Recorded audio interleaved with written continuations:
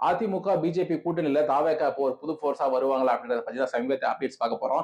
இப்ப சமீபத்துல பேசின ஆர்பி உதயகுமார் வந்து அதிமுகவுடைய ஒரு பெரிய பிரமுகரா இருக்காரு. அவர் வந்து பேசும்போது முன்னாள் அமைச்சர் பேசுவோம் வந்து இப்ப பவன் கல்யாணம் அவங்கள எடுத்து காட்சி நீங்க வந்து திமுக வீழ்றதுக்கு அதிமுக எங்க கூட்டணியில வாங்க அப்படின்ற மாதிரி விஷயங்கள்லாம் சொல்லியிருந்தாங்க. இதுக்கு வந்து தாவேகா தரப்புல இருந்து இன்னும் மறுப்பு தெரிவிக்கல. இப்ப நம்ம ஒரு ஏப்ரல் டயத்துக்கு முன்னாடி பார்ப்போம் வந்து அதிமுக வந்து முழுக்க முழுக்க விஜயை நம்பிட்டு இருந்தாங்க அப்படின்ற மாதிரி தகவல்கள்லாம் தெரிஞ்சது. அப்போ வந்து ஒரு 3 மாசத்துக்கு விவரம் வந்து இதேதான் போயிட்டு இருந்தது. அந்த டயத்துல வந்து விஜய் அவங்க அவரு கேட்ட ஆஃபர் இப்போ வந்து அதிமுக சைட்ல வந்து பார்க்க வந்து ஒரு 20 சீட்டு இவ்வளவு நோட்டு அப்படின்ற மாதிரி ஆஃபர் கொடுத்தாங்க அப்படின்ற மாதிரி விஷயங்கள்லாம் நான் கேள்விப்பட்டோம்.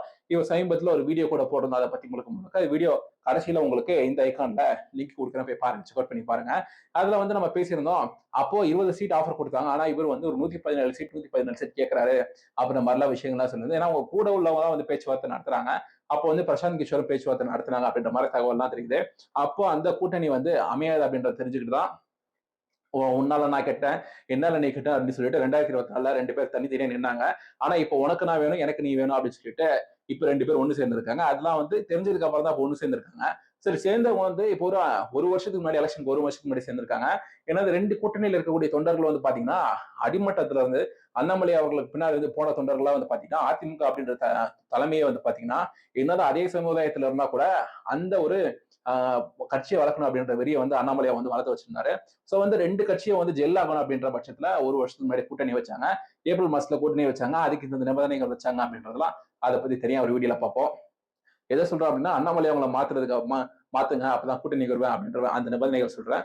அது தனியா ஒரு வீடியோல போடுறேன். அப்படி இருக்க பாத்தீங்கன்னா இந்த பேச்சுவார்த்தை நடத்தப்பெல்லாம் பாத்தீங்கன்னா பேச்சுவார்த்தை நடத்தினப்பெல்லாம் பாத்தீங்கன்னா ஏப்ரல் மாசத்துக்கு முன்னாடியும் சரி, ஏப்ரல் மாசத்துக்கு அப்புறமும் சரி, இந்த கரூர் சம்பவத்துக்கு முன்னாடி வரைக்கும் இந்த எப்பப்பெல்லாம் வந்து அதிமுக பாஜக கூட்டணியில தாவேகா வரும், இல்ல அதிமுக கூட்டணியில தாவேகா வரும் அப்படின்னு சொன்னா கூட அப்போ வந்து இந்த அருண்ராஜ், ஆதவர்ஜனா இவங்க எல்லாம் வந்து ஆதவர்ஜனா வந்து யாருமே இபிஎஸ் பக்கம் போக மாட்டாங்க அப்படின்ற மாதிரி அதை புசியானவங்ககிட்ட பேசுற வீடியோ எல்லாம் வந்தது. சோ வந்து இந்த மாதிரி விஷயங்கள் வந்து போயிட்டே இருக்கப்ப மறுப்புலாம் தெரிவிச்சுட்டே இருந்தாங்க. ஆனா இப்ப இந்த கரூர் சம்பவத்துக்கு அப்புறம் பாத்தீங்கன்னா அவங்க வந்து ஒரு என்ஜாய் பண்றாங்களோ, ஓகே இந்த மாதிரி இபிஎஸ் அவங்க கருத்து சொல்றது ஒரு என்ஜாய் பண்றாங்கன்னா அது வந்து அரசியல் ரீதியா ஓகே நமக்கான ஆஃபர் அதிகமாகுது, நமக்கான பொலிட்டிக்கல் ஆஃபர் அதிகமாகுது, அந்த டோன்ல நான் சொல்றேன். சோ வந்து பாத்தீங்கன்னா அது எங்க போய் வந்தது அப்படின்னு சொல்லி பாத்தீங்கன்னா ஆல்ரெடி விஜய் அவங்களை நம்பிட்டு இருந்தாங்க அப்படின்ற மாதிரி தொண்டர்கள்லாம் வந்து அதிமுக தொண்டர்கள்லாம் கொஞ்சம் சோர்வடையா ஏப்ரல் மாசத்துக்கு முன்னாடி அதிமுக பிஜேபி கொண்டு போய் வச்சாங்க. அது காலத்தின் கட்டாயம் அப்படின்னு சொல்லிட்டு எல்லா தொண்டர்களும் புரிஞ்சுக்கிட்டாங்க. அதுக்கப்புறம் தாவேக்கா எதிர்பார்த்தாங்க. எல்லா தொண்டர்களும் வந்து தொண்டர்கள்ட்ட நிறைய பேர்ட்ட பேசுனதுனாலதான் சொல்றேன். எல்லா தொண்டர்கள்ட்டையும் ஓகே வந்தா ஒரு பலமான கூட்டணி தான் வந்து இவ்வளவு சீட்டுக்குள்ள முடிச்சுக்கிட்டா ஒரு 30 சீட்டு 35 சீட்டுக்குள்ள முடிச்சுக்கிட்டா போதும் அப்புறமா தான் சொன்னாங்க. அது தொண்டர்கள் மனநிலை இருந்தது. அந்த டயத்துலதான் பாத்தீங்கன்னா இந்த ஒரு பொதுக்கூட்டத்துல பேச வந்து அங்க பாருங்க பிள்ளையார் சொல்லி போட்டுட்டாங்க, அது டிவிக்கே தொண்டர்களா அப்படின்னு சொல்லிட்டு அதுவே நிறைய பேருக்கு ஒரு டவுட் இருக்கு. இதெல்லாம் டிவிக்கே தொண்டர் அப்படி கூட சொல்லி வச்சுப்போம். ஆனா அப்போ அந்த மாதிரி ஒரு தொண்டர் போயிட்டு கொடி பிடிச்சிருக்கான் அப்படின்னு சொல்லி பார்க்க வந்து திமுக ஆதரவாக இருக்கக்கூடிய பத்திரிகையாளர்கள் அது அது மட்டும் இல்லாம அரசியல் விமர்சகர்கள் தான் வந்து ஆன்லைன்ல பேசிட்டு இருக்காங்க தவிர திமுக அந்த தாவேக்கா அப்படின்னு சொல்லிட்டு இருக்கக்கூடிய கட்சிகளுக்கு தாவேக்கா அப்படின்னு சொல்லி இருக்கக்கூடிய கட்சிக்கு உண்டான அதிகாரப்பூர்வ செய்தி தொடர்பாளர்கள் வந்து யாருமே வந்து அபிஷியலா வந்து வெளியே பேசல, அபிஷியலா யாரும் மறுப்பை தெரிவிக்கல. அந்த மாதிரி கூட்டணி அப்படின்னு சொல்லிட்டு இந்த கேள்விகளுக்கெல்லாம் வந்து யாருமே மறுப்பை தெரிவிக்கல. சோ வந்து அவங்க அந்த நமக்கான ஆஃபர் வந்து ஏறிட்டே போதும். அது மட்டும் இல்லாம அந்த தாவேக்கா சைடுல இருக்கக்கூடிய தொண்டர்கள்லாம் வந்து பாத்தீங்கன்னா இந்த கரூர் சம்பவத்துக்கு அப்புறம் திமுக நடத்தக்கூடிய அந்த நரேட்டிவ் எல்லாம் பார்த்திருந்தோம். அது நம்ம வந்து என்னைக்குமே ஒரு நரேட்டிவ் கிடையாது அப்படின்ற மாதிரி நம்ம சொல்ல தவறுனது இல்ல.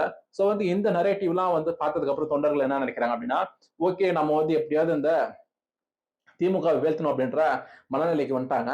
என்ன அப்படின்னா கொஞ்ச நாளைக்கு முன்னாடி பாத்தீங்கன்னா மக்கள் விரும்பும் முதல் வேட்பாளர் விஜய் அப்படின்னு சொல்லிட்டு ஒரு விஷயத்தெல்லாம் ட்ரெண்ட் பண்ணாங்க. ஆனா அந்த கரூர் சம்பவத்துக்கு அப்புறம் வந்து எப்படியாவது திமுக கூட்டணி வீழ்த்தணும் அப்படின்னு சொல்லிட்டு அந்த டோனை வந்து நிப்பாட்டிட்டாங்க. இது எப்படி நீங்க ஒப்பிட்டு பார்க்கலாம் அப்படின்னா ஏப்ரல் மாசத்துக்கு முன்னாடி வரைக்கும் திமுக கூட்டணியில வந்து இருமா போட செல்வோம் 200 வெல்வோம் அப்படின்ற மாதிரி ஒரு விஷயத்த சொல்லிட்டு இருந்தாங்க. ஆனா வந்து திமுக அந்த மதிமுக பாஜக கூட்டணி வந்து ஏப்ரல் மாசத்துல அமைஞ்சதுக்கு அப்புறம் இதை விமர்சிக்க போயிட்டாங்க. அவங்க அதை சொல்ல மறந்துட்டாங்க அப்படின்ற விஷயத்தையும் நம்ம கவனிக்கணும். சோ வந்து இந்த மாதிரி 2 விஷயத்தையும் டிராப் பண்ண வந்து ஓகே அதிமுக பாஜக கூட்டணி அமைஞ்சிருச்சு 200ன்றது கொஞ்சம் கஷ்டமான விஷயம். ஆனா இப்ப 2 பேரும் புலப்பட்டு இருந்தாங்கன்னா அந்த 200 அப்படின்றது வெல்வாங்க அப்படின்றது நானே சொல்லியிருப்பேன். ஆனா இப்போ மக்கள் விரும்பும் முதல் வேட்பாளர் அப்படின்றத இவங்களும் ட்ராப் பண்ணிருக்காங்க. சோ வந்து பார்க்க வந்து தாவேக்காவும் அவங்களோட ஆப்ஷன் ஓபன் பண்ணிருக்காங்க அப்படின்றத மறுக்கிறதுக்கு யாரும் வந்து புதுசா ஒரு நாணய தேவையில்ல. எல்லாருமே வந்து நம்ம மறுத்துருவோம். அவங்க வந்து இப்ப வந்து கூட்டணி வந்து கதை ஓபன் பண்ணி வச்சிருக்காங்க. யாரு ஆனா இப்ப இந்த கூட்டணி வந்து தாவேக்கா போறாங்க அப்படின்னா அவங்களுக்கு இருக்கக்கூடிய பிரச்சனைகள் என்ன அப்படின்னா ஆனா வந்து அவங்களுக்கு அந்த பிரச்சனை அப்படின்றது ரொம்ப ஈஸியான பிரச்சனை தான். அவங்கள போயிட்டு திமுக கூட்டணி தவிர வேற எந்த கூட்டணியிலும் போய் ஃபிட் பண்ணலாம். ஏன்னா இப்ப இந்த சீமான் அவங்கலாம் பார்த்தீங்கன்னா, ஆரம்பத்துல இருந்து ஒரு பொலிட்டிசைஸா ஆய்வு பண்ணி வச்சிருக்காரு தொண்டர்களுக்கு வந்து. அந்த தொண்டர்கள வந்து கொஞ்சம் மாத்துறது கஷ்டமா இருக்கும். அந்த கரூர் சம்பவம் முடிஞ்ச அன்னைக்கு நைட் பார்த்தீங்கன்னா, விஜய் அவங்களுக்கு கொஞ்சம் மனசு வலிக்குதா இருக்க தானே செய்யும் அப்படின்னு சொல்லிட்டு சொல்ல, அப்போ வந்து தாவேகா தொண்டர்கள், இந்த நாம் தமிழர் கட்சியின் தொண்டர்கள்லாம் வந்து பார்த்தீங்கன்னா, விஜய் அவங்களுக்கு எதிரா இருந்தாங்க. ஏன்னா விஜய் அவங்களுக்கு எதிரான அந்த மனநிலையை வந்து விதைச்சு வச்சிருந்தாரு. அந்த கரூர் நடந்த சம்பவத்துல போயிட்டு அப்படி சொல்ல, அதுக்கப்புறம் அடுத்த நாள்ல வந்து விஜய் அவங்கள பயங்கரமா விமர்சிக்க ஆரம்பிச்சிட்டாரு. ஆனா இப்ப வந்து தாவேகா தொண்டர்கள் வந்து இப்போ வந்து ஒரு அதிமுக, பாஜக இருந்தாலும் பரவாயில்ல, திமுக வீழ்த்தியாகணும் அப்படின்னு சொல்லிட்டு அவங்களும் அந்த மனநிலையில இருக்க, அவங்க வந்து இந்த அதிமுக போடக்கூடிய இந்த ஒரு சில இந்த டிராமாஸ் அப்படிதான் சொல்லி பொலிட்டிக்கல் டிராமா இதெல்லாம் வந்து இது தவறு அப்படி சொல்லி கிடையாது. பொலிட்டிக்ஸ் வந்தா இதெல்லாம் செஞ்சுதான் ஆகணும். அந்த இது போட்டாங்க பாருங்க, பிளேயர் சொல்லி போட்டாங்க பாருங்க, ஆர்பி உதயகுமார் அவங்கள வச்சு பேச வச்சது எல்லாம் ஒரு ஒரு ஒரு பொலிட்டிக்கல் டிராமா தான். இதுக்கெல்லாம் வந்து மறுப்பு தெரிவிக்காம இருக்காங்க. சோ வந்து இப்போ அமையறதுக்கான வாய்ப்பு இருக்கு. ஆனா என்ன மிஸ்டேக் இருக்கு அப்படின்னா, இப்ப கூட 100 சீட்டு கேட்கறாங்க அப்படின்னு சொல்லிட்டு இன்னைக்கு தினமலர் எல்லாம் வந்திருக்கு. இதுதான் வந்து இந்த சீட்டும் நோட்டும் தான் வந்து நோட்டு வந்து சொல்லிதான் ஆகணும். சீட்டு நோட்டு அப்படின்னா இந்த பேம்ப்ளெட் அதை கூட நோட்டுன்னு நீங்க எடுத்துக்கலாம். இந்த சீட்டு நோட்டு தான் வந்து தாவேக்கா வந்து அதிமுக கூட்டணியில வர்றதுல ஒரு பிரச்சனையா இருக்கும்.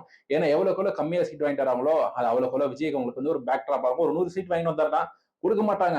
அது நான் ஓப்பனா சொல்லுவேன், கொடுக்க மாட்டாங்க ஏடிஎம்கே கூட்டணியில அப்படின்னு.